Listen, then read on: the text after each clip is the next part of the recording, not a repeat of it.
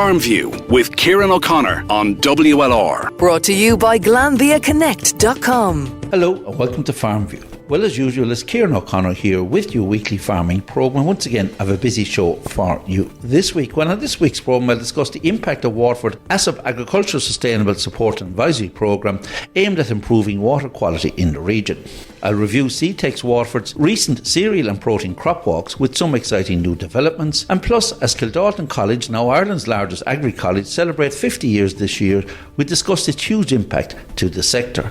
And plus, as always, we'll have our farming calendar. Farmview with Kieran O'Connor on WLR. With GlanviaConnect.com, Ireland's biggest online farming shop and more. Well, the Agricultural Sustainability Support and Advisory Programme, it's a mouthful I know, but ASAP is a free and confidential advisory service aimed at improving water quality. It was set up almost 3 years ago, and for an update on its progress and indeed to discuss the problems, we're joined from ASAP by Cathal Summers of Teagasc. Cathal, first of all, you set up 3 years ago. How has this first 3 years been for you? Obviously, the whole aim is to improve water quality. What type of response are you getting on the ground? Yeah, Kieran, look, the response is really, really good. I suppose we're on farms now the last 3 years, started farm visits in 2019. The programme initially was set up probably the year before just to get everything going and organised, but in the first year I suppose it was slow because people are probably a little bit nervous. Who are these people coming in to give us a bit of advice? But once word got out on the ground and I started to meet people that were there to advise and help, and it's a free confidential service, you know, we're taken really well by farmers. And to be honest with you, without farmers with us, working with us, the programme would go nowhere, and farmers have done a great job and things have been good. Very much the process, do you contact the farmer in a certain area, be it from a riverbed area, be it from an estuary, whatever, and then take it from there? And you might outline to our listeners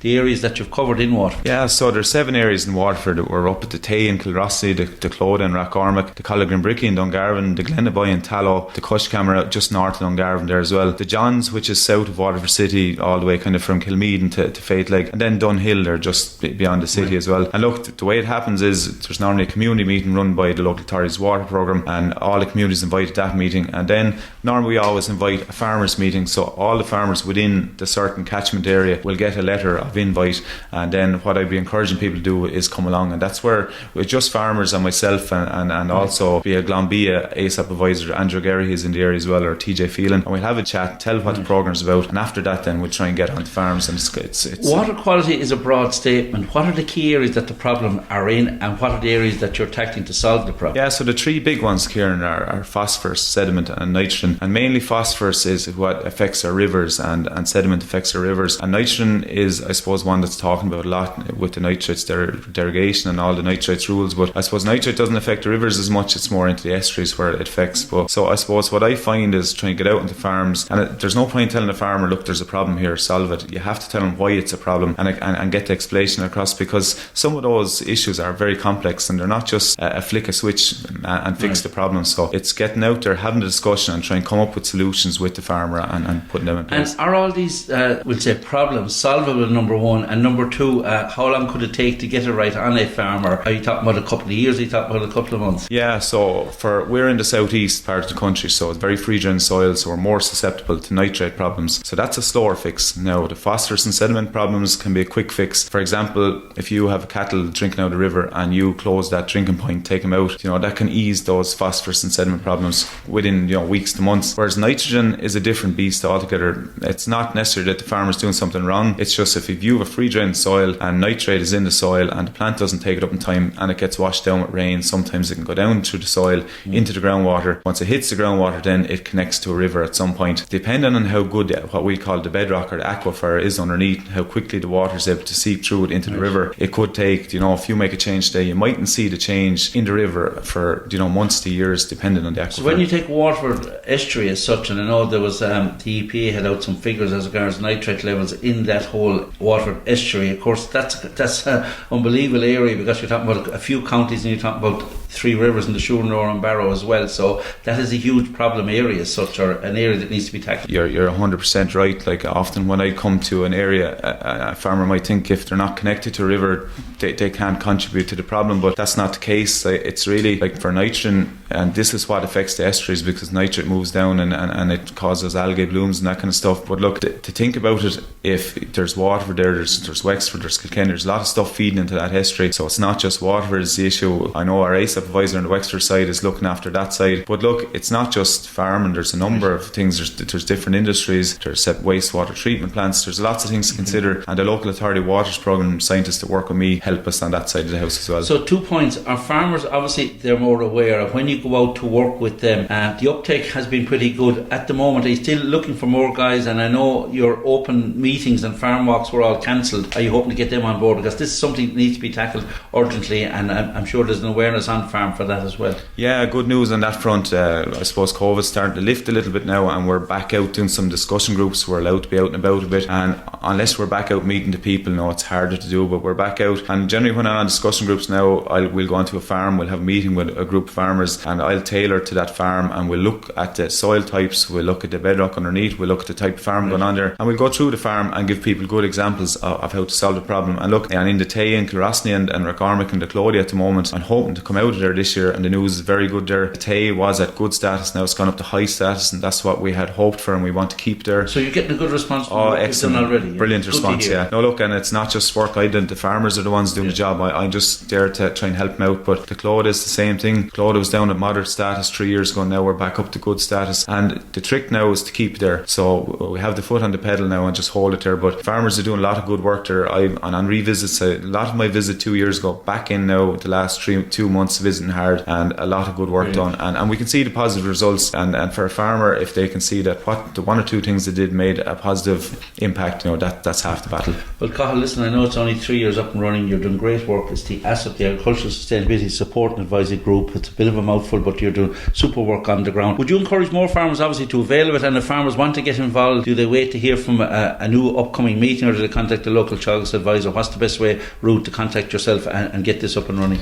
So the best thing to do, and I'm going to be doing, doing farmers meetings now in Dunhill, in the Johns, which is south of the city, Waterford City, and in around Tallow in the next 2 to 3 months. So if you get a letter of invite, try your best to go up to the meeting, just to find out what's about. And if you get an invite, that means you're entitled to that free confidential service. And look, the worst thing will happen, it's an hour out of your time for me to visit. And really, if you get to visit, look, it'll help protect farming in the future, because if we don't get on top of water quality, it will affect our business. But there is a will out there in Waterford amongst farmers. And the response so far has been good. Massively positive, yeah. Well, I think you made 2 big statements there. It's free and it's confidential. Contact your local child's advisor. There'll be a note in the post over the next few weeks. Make sure you attend the next meeting. Call Summers of ASAP. Keep up the great work as regards water quality, and we keep in touch with our listeners as regards ongoing open meetings. Yeah, Kieran, thanks very much for having me. Farmview with Kieran O'Connor on WLR. With GlanbiaConnect.com. Thousands of products in the palm of your hand.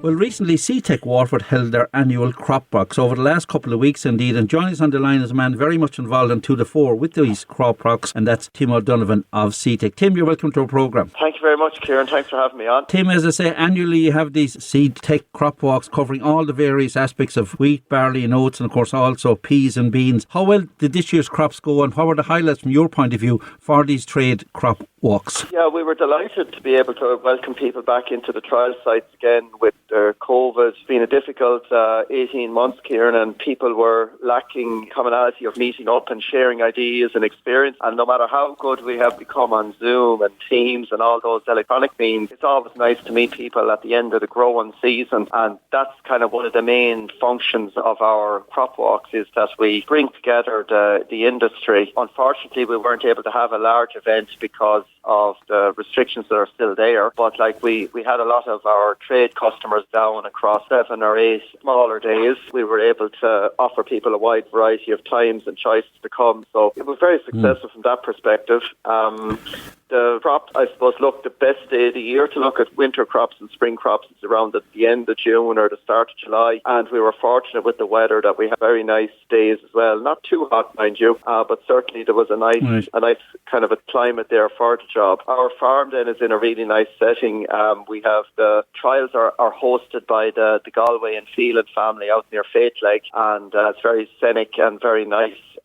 Very good arable land. So look, our main crops that we would have shown people around: winter oilseed rape, winter barley, winter wheat, winter oats, spring corn. Those are the main crops that people would have seen. I would say at the moment it's one of the better looking years in terms of yield. Now, I hate to actually predict forward because we've had years where a bad summer can suddenly start on the 1st of July. Now, fingers crossed that won't happen. But certainly at the moment, things are looking very good.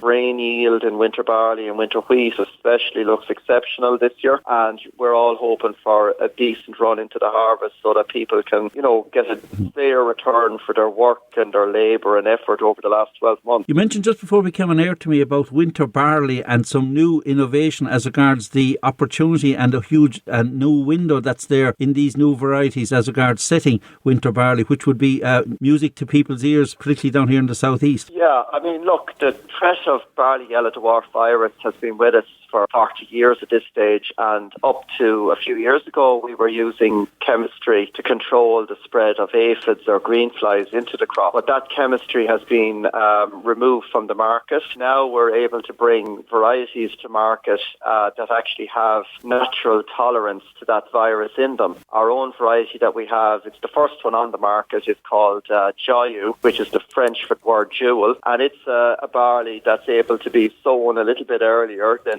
traditionally growers might be fearful of with virus spread, but the virus doesn't have an effect on the barley, and it's able to grow really well. When you say earlier, what type of date are you talking about? A week to 10 days before you would normally sow barley in your locality, Kieran. Okay, that's good to hear. Yeah, and at the other end of the scale then we have people who are always challenged with, getting in a more difficult field. The weather might break and they're faced with drilling towards the end of October. Getting in after November. A break crop or something, yeah. Yeah, and that's where really and truly the hybrid barleys fit in, because they are more resilient in more challenging conditions than conventional barleys. And despite the fact that they're even sown at a lower seeding rate, they really do a really good job when they're drilled at the end of the season. So, between the hybrid, between the BYDV barleys, there's a really long window there now for drilling winter barley for anybody in the south of the country, in County Waterford especially. Good to hear. You mentioned in passing also about the whole area of beans. It's a very interesting one, and I'm very keen on this whole notion of we try to supplement the imported soybean, which is a huge problem, and particularly when we talk about sustainability and that whole area. How are the protein beans potential looking, and do you feel this is something that there's huge potential in, but a lot of work has been done and more needs to be done, I suppose, really, as regards the bean crop? Yeah, absolutely. Look, I'm part of a stakeholder group for the whole industry, the arable industry that are part of, and we're looking at it from the point of view of policy. The Department of Agriculture has supported beans now since 2015 with a subsidy, and we're hoping that will continue into the new CAP reform, and we've strong indications that that's going to be the case, and probably that the payment per acre will be increased a little bit, Kieran. The second part of it will be more kind of what we do in Seedtech, is that we're looking to develop newer varieties that are more suitable to the Irish climate. And that can be hard, because if you take a year like 2018, it was the lack of rain was our problem. This year, disease control is the problem. So it's very hard to get a variety that's able to withstand across those kind of extremes. But we do have some excellent varieties on the market that are performing at the top of the list each year. And I suppose the other element of it is that we look at varieties that might create a little bit more demand. So we've developed with some of the breeders we work with low vicine, co-vicine beans and zero tannin beans, and we've tested those in Chagaskin Moor Park this spring, and they've actually came out as good as or slightly better than soya-fed diets. And these were diets that were fed to pig, which would be sensitive to any issues if there was an issue with the protein content or well, that's good to hear now that you had positive results there. That was good to hear, as you say, particularly with pigs. And then the other element of the mix, I suppose, is the value of these rations. And, soya-fed rations carry a kind of a, up until about maybe 5 or 10 years ago, people weren't really that aware of issues regarding deforestation in South America. We all saw the pictures of the forests being burned for the creation of arable land in South America. And that's where faba beans really come into their own. They are a native protein source. They have low carbon miles, obviously, because they're grown in Ireland versus grown 4,000 or 5,000 miles away. But the really big thing is the fact that they're grown in an arable field that, isn't after being chopped down to make way, or a forest has been chopped down to make way first. So for companies or customers that are looking for sustainable protein sources, I don't think you can go far wrong with faba beans as a mix in the diet. That's great to hear, because obviously there's huge potential. Obviously there's a cost factor involved, but as you say, when you talk about sustainability and the importation of soybean, which has become a huge problem for the industry, I think the beans seems to be a great positive development and something for the future. Finally, Tim, overall, this year's crops, you're happy that we're in for a pretty good harvest? It looks like it at the moment, Kieran, but look, I suppose I've been around the block a while now and I hate to actually predict forward, but at the moment it's looking as good as it can be, to be honest. Yeah.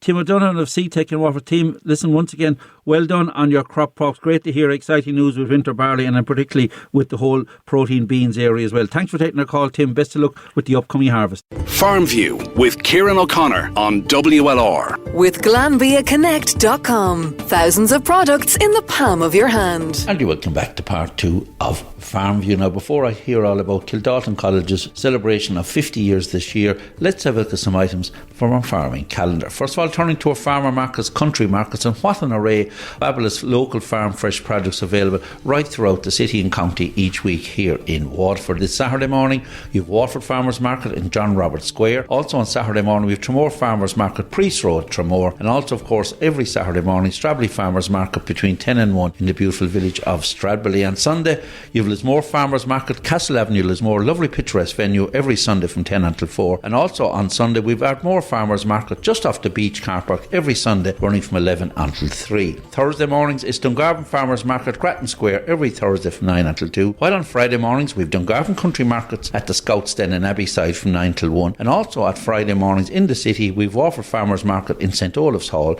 running as well from 9 until 1. Our livestock marts, of course, up and running, and as we said over the last number of weeks, great to see the ringside buyers back again around our rings in our local marts. This Saturday morning, Waterford Ross Mart in New Ross, cattle sales from 9:30, calf sales from 10, while on Monday morning you've Dungarvan Mart's calf sales running from 10:30 with cattle sales from 11. And remember, all sales are now online at livestocklive.com. And finally, on the show jumping front, great to see the Shannakill House Equestrian Centre Kilmax unregistered summer pony leagues attracting huge numbers each Friday evening. They continue every Friday in Kilmac at 5 o'clock, and of course remember the finals will take place on Friday, August the 27th.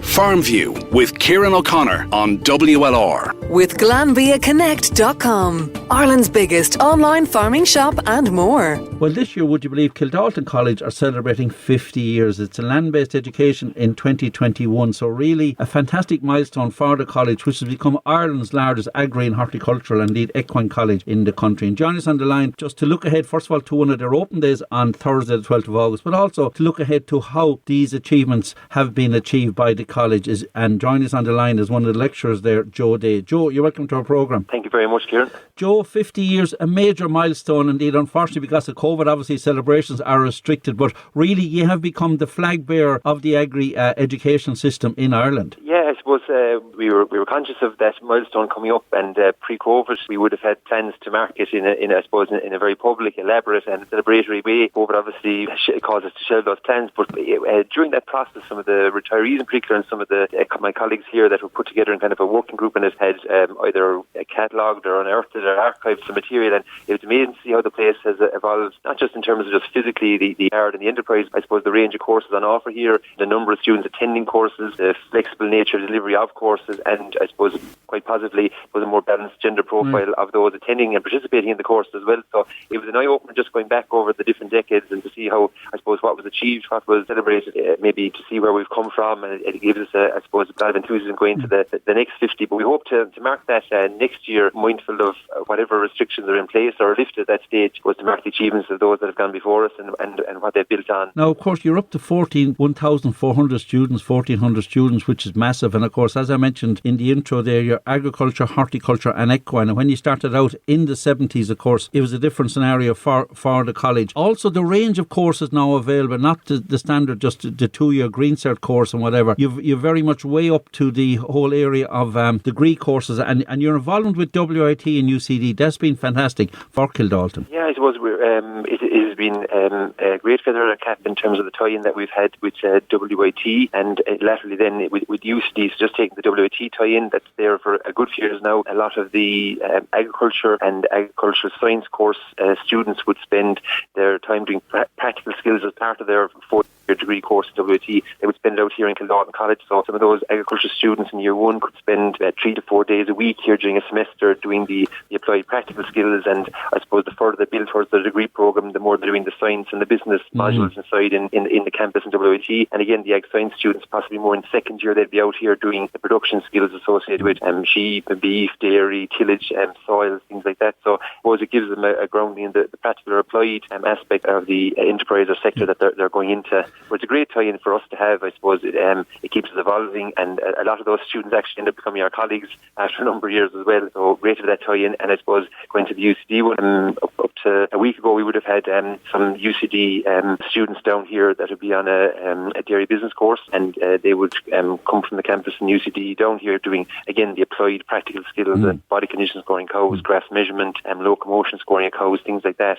Unfortunately for them, it ties in as a period of training before they go on placement. And now, a lot of them would normally have gone abroad, and they're based on farms here in Ireland, obviously, because of COVID, and I'm sure they'll get a good experience as a result of that. But it's just maybe to ground them in the practical side of things, which is really what we're about here in Kildalton. And obviously last year was a hugely difficult year for you because you're very much practically based, and it's the balance between the actual in classroom and practical, but the practical element which really makes Kildalton stand out. Of course, you're also renowned from day one for the whole horticultural area. You've added on the equine, but the horticultural area still a key area for you, and you've broadened that so much, not from strict horticulture but sports, turf and all the other various areas which become hugely important, and of course the equine section as well. So they've really developed in tandem with the Agri courses. Yeah, and what has become kind of increasingly popular at the horticulture side, Kieran, would be component awards. So someone who's maybe started down a road, they've either gained employment or maybe self-employed, and they're looking to get more knowledge in a given area. They can't give up work fully to do a full certificate or certificate, let's say after a level 5 or level 6 award, but they want to study in a specific area. So for example, in horticulture, there's component awards there where you can come in and do a module over a semester, over a full year on things like plant protection or plant propagation. So you have employers looking at sending or upskilling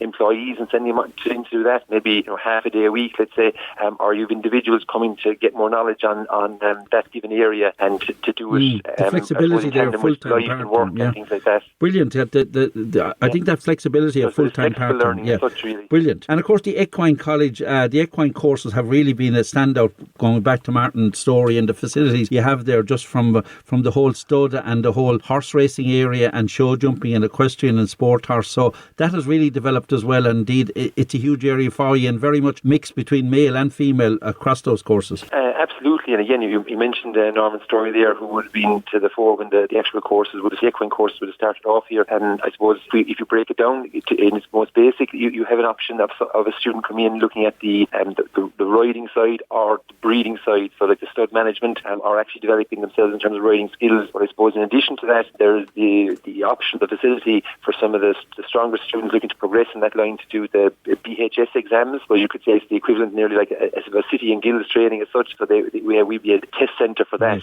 and certain students are put forward or they're able to apply to do that, and that's a kind of, I suppose, an industry recognised accreditation for the British Horse Society from the point of view of the ability to train or to instruct people in horse riding. And again, it's fantastic to see how the students are involved. Again, there's a strong female component in the students there, which adds to the overall, I suppose, mix of dynamics in the campus. But it's great to see how they evolve, and you see them, I suppose, coming to the fore in industry a number of years later when they settle into their given roles. Kind of heartening. Finally, I mentioned passing there, you've ongoing open days, and the last and final open day will be on Thursday, the 12th of August. Obviously, you'll be hoping to get back to normal as such as regards from a lecturing point of view. Obviously, last year was very much Zoom and stream, so hopefully getting back to normal. But Thursday, the 12th of August, an opportunity, anybody listening, for any man, woman, because all age groups are catered for in Kildalton, and any parents who want to avail of the Thursday, the 12th of August. Yeah, absolutely. And I suppose, Kieran, the main thing would be that they would book in ahead by ringing out the reception at 050 051 644 400 or emailing us at kildalton.college@chagas.ie. And again, it's just so we can, I suppose, put small groups together, mindful of COVID restrictions, that allow us to conduct small groups in tours safely that day. Right. Probably important to flag there as well that we have, if you log on to the Chagas website and you go into the education link, within that we have distance education and part-time courses starting this autumn. Brilliant. For either what we call adult learners or those who are in full-time employment and wish to complete the Green Cert either on a part-time basis, possibly 2 nights a week, one focusing on theory, one on skills, and do that for a year and a half, come in, let's say, over 16, 17 days over a 12-month period, and do distance education course and complete it within a year. So there's a number of different... literally all areas, there. all areas catered for. I suppose the best thing, if people go to the Chagas website, they'll get all the details, or you say contact the college directly as well. Well, listen, Joe, thanks a million. And notification, Kieran, would be on the Kildalton College Facebook page as well. Kildalton College Facebook courses page, are filling or closing date, that will be available on that website. On that. Well, as I say, it's Thursday the 12th of August. Kildalton College celebrating 50 years. Joe Day, to you and all involved, well done, congratulations. It's a great milestone. You're doing fabulous work there, and you're the leading college in Ireland, and you didn't get there by chance, but huge hard work over the years to all the lecturers and everyone involved. Congrats, well done. Enjoy the 50-year celebration. Hopefully you'll be able to do it justice before the end of 2021. Thanks a million, Joe. Thank you very much. Thanks, Kieran. And before I go, on the racing front, we had a good week again for local Waterford connections. Cross Channel, Cappajock, Tom Queally, who's on a great one at present, had winners at Yarmouth and Chelmsford. While back home, it's that man again, Knockeen trainer Henry de Bromhead, Henry Saddle winners at Wexford Tremor and Roscommon. We'd also wins in the past week for Dunhill trainer Shea Barry at Tipperary, while Taylor trainer Ken Budds had a good winner at Wexford, and Kilgobna trainer Dermot O'Brien in the winners enclosure, back again with his Kilbrine syndicate in the winners enclosure again at Tremor on Sunday last. So well done all round. Of course, pride of place this week goes to young Ardmore jockey John Gleeson, who rode his very first winner on the track at Bellewstown last week, the first of many I'm sure for this very promising young rider indeed. Well, that's it for this week's programme. Once again, my thanks to Ollie and Sean for all their help in putting this week's programme together. So stay safe, keep up the protocol, and hopefully I'll have your company again same time next week. Farmview with Kieran O'Connor on WLR. With GlanbiaConnect.com, Ireland's biggest online farming shop and more.